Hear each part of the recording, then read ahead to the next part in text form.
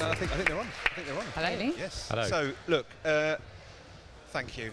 One person's graveyard slot is another person's headline act, and I'm going for headline acts. Thank you very much. So we are the headline. We're all that stands between you and significant amounts of alcohol. So to fill it up, what I want everyone to do, we had a good round of applause there, but I want a great round of applause. So in a second, I want you to make so much noise that all the feckers over there in the hexagon say, what the fuck's going on over here? Can we come in here? So on the count of three, to welcome my esteemed panel, I'd like you to go mad, please. Thank you. But yeah! Now you're talking. Yes. Look at them. Look. Everyone, turn around. Look at them looking in. Yes.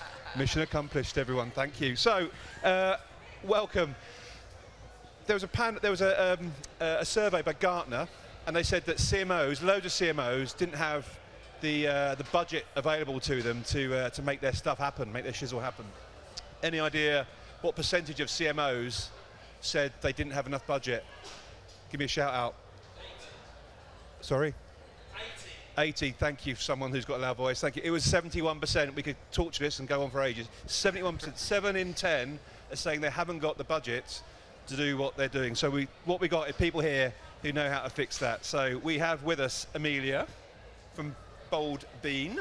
Amelia set up Bold Bean in 2021, I believe, and she's on a mission to make you obsessed with beans by giving you the best of beans, and she describes Bold Bean as a marketing-first business, it says in your bio.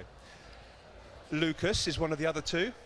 Lucas, thank you, Lucas. Lucas is the former group brand marketing director of Cazoo, and most recently, which was founded in 2019 with a mission to transform the way people buy cars. We've got lots of missions here.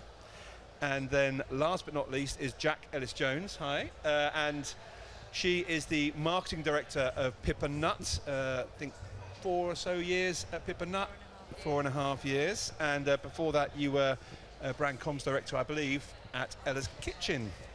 They have funky names for it there, don't they, Ella's Kitchen? Different names. Right, so look, without further ado, let's get into it, he says, turning over his page. So question 1. This idea of not having enough money to do your stuff, is that something that resonates with you guys? It certainly resonated with me when I was at Arla. Lucas, any thoughts? Yeah, I mean, most jobs I've had, there's always been a bit of budget pressure, but specifically last year at Cazoo, so we've gone through 2 years of kind of stellar rocket ship growth from kind of standing starts, sold our first car right at the end of 2019, so we had 2 years before we were listed, just under a couple of years ago in the States. We IPO'd and with a kind of crazy $8 billion valuation. But then last year, 2022, was just a story of massive share kind of crash. So any kind of tech stocks that were hyper-growth, loss-making, suddenly no one was interested in them at all. So by about this time last year, my boss asked me to kind of look through my whole budget, say like any uncommitted spend, can you send me through a spreadsheet and let me know what there is, on the assumption that there'll be some trims here and there. And he took the whole lot. So all gone. So you shouldn't have offered it up. I should have kept quiet. And then quite soon after that, I was handed my P45. So that was probably the most extreme, but definitely the right thing to do for the business. It's very different to an established business that I'm used to working in. Even though we got to really big scale, we were loss-making. We really couldn't raise any more money, so had to really savagely cut as much as we possibly could. So. So right choice for the business. Not great for me, obviously. Keep it light, Lucas. Yeah, exactly. It's been tough since then, but I'm coping. Okay, thank you. Cheer us up, Amelia, please. So you're a founder, though, right? So tell me about what a marketing budget means to you. I suspect it's a slightly different number, perhaps, for you that was versus for Lucas and versus me at Heineken and Arla, perhaps. Yeah, I mean, I've never had a budget. Like, I've had to think about marketing budget as zero by default, and anything else is just so minuscule. It's never moves the dial. But I actually see that as as a superpower to us. First of all, like when people start seeing you as a brand with budget, it does change how their relationship with you. Everyone from kind of influencer marketing, immediately if they see you do a campaign with an influencer, then they're like, well, I'm not going to give you support for free. But I think that as a small brand, we've been able to leverage our like humanity and the fact that we're a small brand to make people who genuinely love us be advocates rather than feeling like they need to get paid to push a product. So everything from that to events where we hustle hard to get sponsorship on every opportunity, and we basically just don't have marketing budget for trade shows and anything like that, and it makes it easy when you're not wasting time deciding which trade show to go to, you just don't do them. And you're making the most of every marketing opportunity.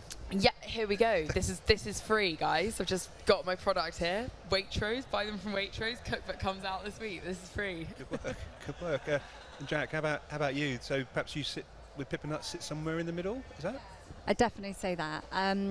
So I've got lots of experience across startup right through to kind of scaling up brands. So at Pip and Nut, it was very much started with similar vibe to what Amelia said at Bull Beans, but now our kind of budgets are considerably higher than then, but still there's that hustling attitude that we have never ever lost really as part of the kind of DNA of the brand. What does, I'll put you on the spot here with a follow-up, what does hustle mean? Because I've heard it a few times today, and it's something that's quite easy to say, and for me, as someone with that big brand experience and been very fortunate with the budgets I've had, what do you mean by hustle? I think it's similar to what Amelia said in terms of, asking for freebies, making sure that you're absolutely, making the most of every asset that you've got. So with Pip, for example, as a founder, similar to Amelia, we did so many podcasts, so many events, all of those were free. And that has been the fundamental foundations of building that brand and still remains there today. So and asking for free partnerships. So in the early days we were actually fortunate to be approached by Nike. We partnered with them for some of their sporting events and gave away our sachets of peanut butter. So but I think that is more opportunistic and hustling, but I think we're going to talk a little bit about making sure it's strategic too. Yes, well, exactly. I think that's a great shout. So one of the things I wanted to make sure that people had some practical stuff to take away from today. I think that's thing one, I'm going to say, is this idea of hustling and saying yes, being open to opportunity, I think, and make it work. So, I think it is being opportunistic, but also making sure that you do have a strategy, and I think that is a fundamental foundation. So when you are working with you've got to always, I think, no matter how big your business is, go into your business with a zero budget expectation and build it from there. And it's all about the customer. We should all be sophisticated, customer-orientated businesses. So you start with the consumer, you do your free. There's lots of hustly ways that you can research. You don't have to pay a lot of money for those things. So you can also apply the mentality of hustling to consumer research, go out into store, talk to your customers, set up free call groups, give away product as rewards. There are many, many ways that you can hustle. Yeah, definitely. I think that idea of zero-based budgeting is something that Lucas and I were chatting about in the bar earlier on, and I think there's a desire. We all see the benefit of a zero-based budget approach. It's a buzzword that people use. We talked about it at Heineken. The truth was we did a copy and paste from last year to this year and go, we'll nudge 5% here, 5% there. But so Lucas, you tell me a bit about the zero-based budgeting approach, perhaps, and a strategic approach. Again, another conversation we had in the bar was perhaps a slightly less strategic approach sometimes. Yeah, definitely. I guess the kind of whole principle of zero-based budgeting in kind of big brands and big budgets is that you have enough data and insight and econometrics, and specifically to understand exactly which investments are driving incremental growth and what mix of spend is going to help you get to your numbers last year without just basing it on your previous year's work. And we definitely had ambitions to get to that Cazoo. We did have big budgets. We were already got a big scale business, turning over over £1 billion in our third year. So we definitely had the mindset of getting to that kind of level of sophistication when it comes to econometrics. But what we didn't have was the trading history. So we had 2.5 years of selling cars, of revenue, and we'd spent in lots of different channels, so lots of different data points to be able to build that kind of model. But only 2.5 years. If you'd kind of look to do econometrics, you'd want ideally like 10 years, but absolutely minimum 3 years. And you know what? We launched 2 months before the first COVID lockdown, so we're primarily a business built during COVID times. So that's a very unusual data point, let's say. So very, very hard to kind of do it. So we tried different ways of just at least getting understanding. Well, does TV work better than radio than sponsorship? Just through surveys, customer surveys, speaking to customers. Where did you hear about Cazoo? How did you find it? Obviously, digital attribution has a role to play within that as well. So just finding different ways to get to that same insight. How are we going to get the biggest bang for our buck for spending our marketing budget this year, next year? So just build it over time and get to something more sophisticated eventually, but you just can't initially. I think for brands that don't have a full market mix model can cost tens of thousands of pounds easily, depending on who you're using. You can get to some sort of rudimentary.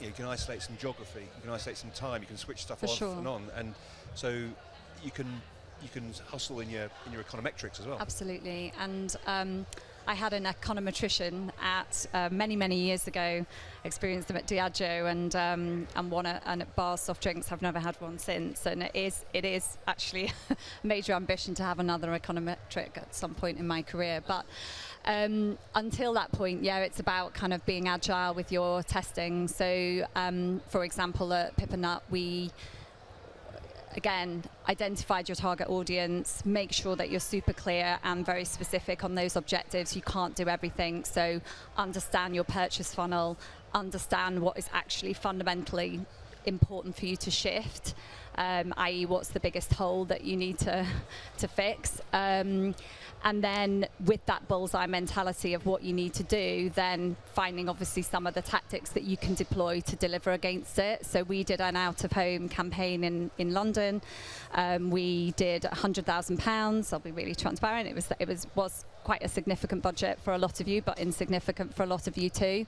And we estimated that we would get about a 10% percentage point uplift. We were told by our media agency consultant that was ambitious, but actually we did deliver a 28% uplift percentage point on our awareness with Londoners 25 to 45-year-olds, and that was our kind of bullseye target. So again, once we had that data point, that then was able to be used to unlock more funds in the future, and then to be able to layer other media on top of that, because we had a case which showed out of home only, and then we could start to layer on top of that other channels to see whether that actually helped deliver better effectiveness. Brilliant. And I've done a very similar thing with one of my clients, much smaller scale. So we spent, £5,000 in a couple of very tight geographies on some digital media, and we looked at the Tesco data. It was Tesco stored ranged in Tesco. We looked at Tesco sales data for those stores in and around that area, and we saw an uplift. And so, in the absence of a multi tens of thousands of pounds econometrician, then that's good enough, right? And you test, learn, scale. That's the next thing. So these are all first world problems, right? We're all talking about having a budget and sort of the benefits of zero-based budgeting. But Amelia, what about brands then who are starting or scaling? How can those brands do more with less brackets zero? What's the mindset? I got some really great advice early on in launching Bold Bean, which was to really think about how consumers are working now when they're on kind of different channels. First of all, only invest in a few channels. Don't try and do everything, because you're just gonna do crappy content. But then on top of that, it was about actually providing value for the consumer. So unlike a lot of FMCG brands who post kind of stylized pictures of their product in a lovely, shelf or something, if you go on our Instagram, you might not even think that we're selling anything, because we've got so much recipe content. It looks like we're just a recipe Instagram, which we are in many respects, but what we're doing then is creating value through our own. We've kind of got our own content house, and people are now following us for that content and gradually being suckered into our whole brand and buying our beans and hopefully our cookbook. But also, I think what that's also led to is opportunities we're getting reached out to by brands like Mould and Salt, who want to do partnerships with us because they're seeing us as a creator, and that is now giving us an advantage. And we obviously can't charge them for doing their content, but for example, they give us a lot of product which we then can give to our customers as giveaways and perks to create more advocacy within our customer base. And you'd hope that there's at least an overlap in consumer or a similar type of consumer. So you're imagining a Morden Salt shopper is a bullseye for you guys, and if they're talking about you in a positive way, then your awareness is growing with a zero media spend. Yeah, definitely. The partnership's been really good, and I think because we've started honing in on a really foodie customer, I think it's been really easy to identify who the great partnerships are with as well. And Lucas, we spoke again in the bar. Don't judge Lots us. of time in the bar. Don't judge us. We spent a lot of time in the bar. It's too busy So to get jealous. anywhere else. You had an example of Pepsi versus Coke. Yeah. Have I haven't broken a confidence here? Have I? No, not at all. A few years ago, so I was a marketing manager on Pepsi in the UK. Obviously, we're number 2 to Coke, and the challenge we had is, normally you would look to, if you want to grow within a category, you've got to spend more than your share of voice, share of market in terms of your share of voice, and we just couldn't. Like, the numbers just didn't add up. They were always going to be spending. We were probably a third of their size, but like a quarter of their media budget. So we just couldn't win in that channel. So instead of the normal approach of just trying to kind of carry on as we did and investing in TV, we cut like 90% of our TV budget, put it all on YouTube, and very much focused on a much more of a youth audience, which is much more kind of Pepsi target audience. And this is over 10 years ago, so like it's not even YouTube was anything like as big as it was now, and that did great stuff for us. We won market share, and we were the grocery brand of the year 2014. So that wasn't all you won, yes. No, exactly. We had a very similar challenge at Weetabix. Weetabix will be outgunned by Kellogg's 4, 5, 6 to 1, but by outsmarting them, it's easy, relatively easy when you've got a big budget. When you have a smaller budget, you've got to outsmart Think people. on your feet, yeah. But that's when it comes back to that target audience, doesn't it? Yes. And if you've identified who that target segment is, because you can't necessarily, especially when you're starting out with small budgets, it's all very well to have this sophisticated mass marketing model, but actually, in reality, my experience is that when you're working with smaller budgets, you have to have tighter targeting segments. It's only when you're scaling that you can start to work on the long and the short of it, because in those early days, it's about targeting your segments, being where they are, exactly like Amelia said, being really useful. Ella's Kitchen, we created weaning packs that were essentially like a chart of like your weaning journey with your baby and some recipes and some stickers. I mean, it was the most simple, cheap, cost-effective asset to give away to mums starting out on their weaning journey with their babies, but actually it was so effective in driving advocacy, and it was only when we started to distribute that en masse that it started to cost us real money through partnerships like Baby Centre, etc. But in those early days it was really, really targeted, small, and then we just had to scale it gradually as we grew. Yeah, indeed, there will be no long if you don't sort the short out, and certainly for startups and scaling businesses.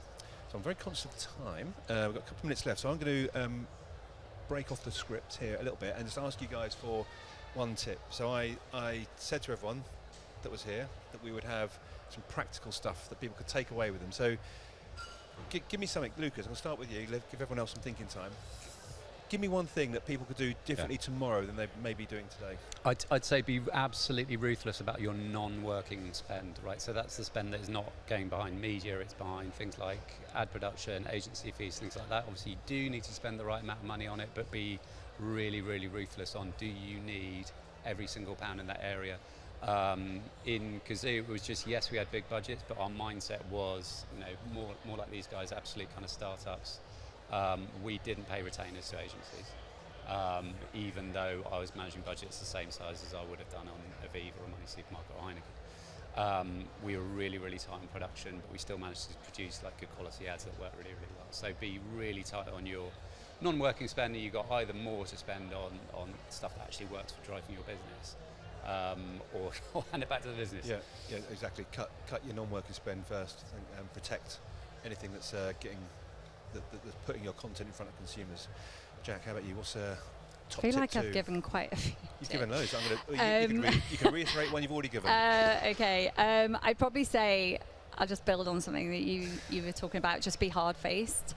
I think, which I sometimes find really difficult as sometimes when you're British and you're quite polite and everything else, and well brought up. But actually, you sometimes just have to be a bit hard-faced and ask, because if you don't ask and you don't push yourself, then you're not necessarily going to cut through and get the things that you could get for cheaper or for free. So swallow a little bit of that pride and just ask for more.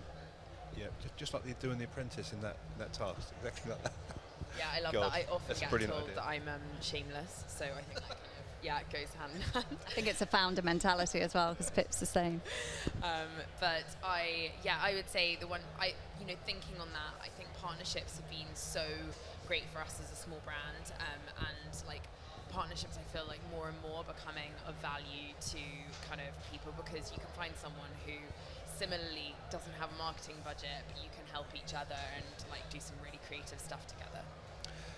Brilliant. Look, so thank you. I think all of us are fairly active on LinkedIn. If people want to follow up and ask follow-up questions, I'm going to just say that anyway. Connect with us on LinkedIn. And finally, I want you guys to beat the opening round of applause and cheer with an even bigger one to make people very jealous. And thank you to my panel. Thank you.